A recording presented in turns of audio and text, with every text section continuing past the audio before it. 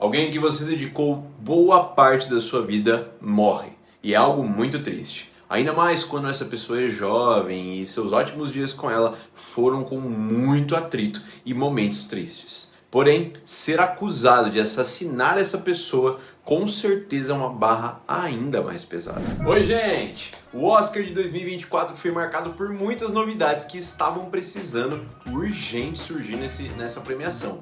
Mas uma das mais interessantes foi a indicação de 2 filmes estrangeiros em melhores do ano. Minha tela apagou. Entre eles tiveram Zona de Interesse e Anatomia de uma Queda, 2 filmaços que contam com a mesma atriz em ambos, que é a Sandra Hüller. Mas hoje, eu em específico quero falar um pouco sobre Anatomia de uma Queda, que foi lançado em janeiro de 2024. Como um caso pode traçar vários caminhos assim analisados apenas pelas possibilidades, como um erro pode resultar em desconfiança e como um relacionamento entre 2 pessoas não pode ser julgado por um mísero corte que a gente está vendo. E isso é um pouco do que a Anatomia de uma Queda entrega, com uma trama envolvente, com atuações convincentes e uma direção tão meticulosa que te leva e traz ao bel prazer do roteiro. Como uma obra, Anatomia de uma Queda me deixou muito mais envolvido que o próprio vencedor do melhor filme da noite do Oscar, que foi Oppenheimer. Eu quero falar um pouco sobre esse filme de Justine Triet depois que você deixar o like nesse vídeo e, claro, depois da vinheta.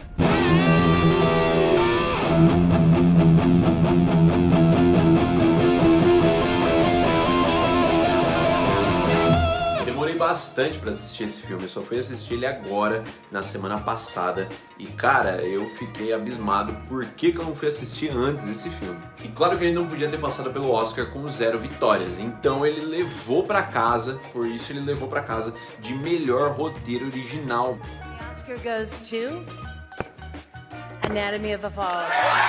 A Anatomia de uma Queda conquistou o Oscar de melhor roteiro original neste domingo. A diretora e roteirista Justine Triet subiu ao palco ao lado do também roteirista Arthur Harari. A história apresenta a vida de Sandra, uma escritora alemã que se mudou para os Alpes franceses com seu marido francês e seu filho de 11 anos. Eles vivem isolados em uma casa no meio das gélidas montanhas. A trama ela já nos entrega essa visão de que Sandra aparenta ter cedido às necessidades do marido ao se mudarem para um lugar onde ele cresceu. E o filme ele começa com uma entrevista de uma acadêmica fã da escritora, acho que ela é acadêmica, eu não lembro direito. E essa conversa ela é interrompida por uma música extremamente alta e que impede que a entrevista continue de forma produtiva.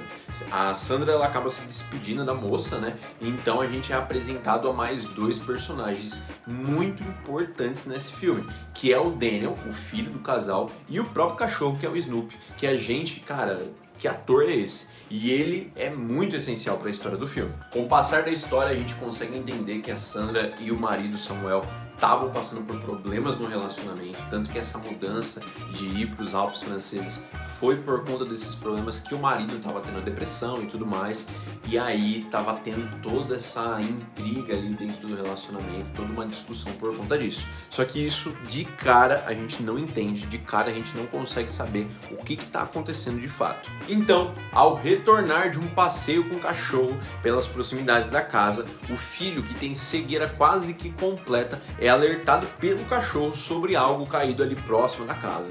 Quando o menino toca, ele descobre que se trata do próprio pai morto, gente. Então o filme ganha uma nova camada. No meio das silenciosas montanhas da França, uma música ensurdecedora toca ininterruptamente, enquanto o filho e a mãe encontram um corpo já sem vida do marido. Perguntas surgem na nossa cabeça: um acidente? Um erro? Um suicídio? Ou talvez um assassinato. A gente tenta descobrir isso durante o filme, ao longo do filme. Após a necrópsia ou autópsia, não sei como é que vocês querem falar, é revelado que o sujeito sofreu uma brusca queda que o fez morrer. Porém, um corte na testa se torna uma possível prova de que uma agressão resultou nessa queda. E esse é o principal motivo que coloca a Sandra como a principal suspeita de matar seu próprio marido. Anatomia de uma Queda conta com atuações impecáveis e muito bem desenvolvidas. Não existe aquele exagero, aquela atuação mega overrated, e mesmo assim os medos, as dores, as raivas estão ali, bem acentuadas, todas as emoções que tá reprimida dentro daquelas pessoas socialmente. Agora a gente vai falar um pouco com spoilers do filme. Então se você ainda não assistiu, corre no Prime Video, ele tá disponível lá para você assistir. Corre, não perde esse filme, ele é muito bom, muito interessante. Então, tá esperando o quê? Essas emoções bem acentuadas e sem exagero também são essenciais para o roteiro correr de uma forma mais verdadeira. A Sandra está sendo acusada de assassinar uma pessoa, mas a gente observa uma mulher muito abalada e talvez até amedrontada com o caso. E ao mesmo tempo tentando ser uma boa mãe e ainda simpática com as demais pessoas à volta dela. Imagina que ela fosse uma pessoa ruim do começo ao fim, ou que ela fosse extremamente boa do começo ao fim, sabe? Tipo, uma mãe exemplar, uma esposa incrível, sem ter aquela parte da traição, das brigas, não teriam motivos para ter dúvida dela, ou seria culpada ou não. Mas essa diretora, Justine Triet, ela traz uma personagem bem complexa, uma coisa que a gente consegue ver no nosso dia a dia. São personagens que, sabe, tipo, que nem um ser humano normal. Ela não tem benevolência demais, malevolência demais. É uma pessoa com problemas, com dificuldades, assim como qualquer outra, que também tem os momentos felizes e os momentos tristes. E a nossa análise como espectador se torna a mesma do júri, pois não podemos sentenciá-la culpada ou inocente sem ter visualmente aquelas provas bem concretas. Passamos a analisar versões criadas que dizem como talvez tenha sido, a partir de fragmentos que se constituem em verdades ou mentiras. A falta de provas concretas de um crime, mas a quantidade de provas irreversíveis que havia um motivo, existem. Assistimos às cenas de discussão do casal, uma briga de ego e de culpa, se exalta e se perdura. Não sabemos há quanto tempo, mas um relacionamento pode ser julgado apenas por um mísero corte que a gente está vendo. A cena ela também brinca com a realidade. A direção quer dizer que nem mesmo as imagens podem ser verdadeiras, até porque um ângulo diferente pode mudar tudo. O final dos áudios ouvidos são de briga, agressão e raiva.